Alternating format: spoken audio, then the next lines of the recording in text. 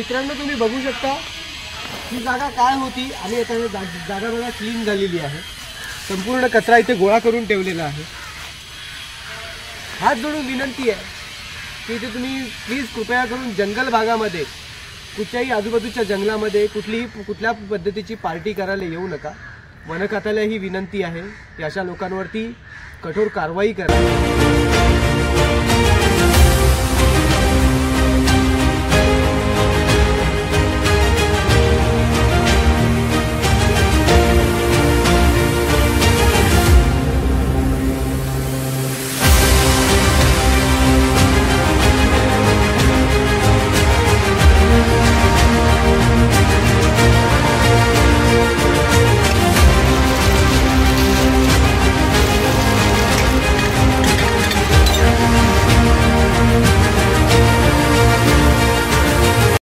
इथे जो पडलेला तो संपूर्ण कचरा आम्ही इकडनं उचललेला आहे आणि हे बघू शकता हा कचरा आता जमा केलेला आहे। आता थोड्याच वेळात BMC ची गाडी येईल आणि हा कचरा घेऊन जाईल।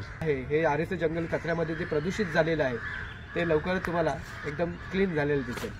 कॅमेरामन सेल्फी सोबत शंकर सुतार, निसर्ग माझा। जय हिंद, जय महाराष्ट्र।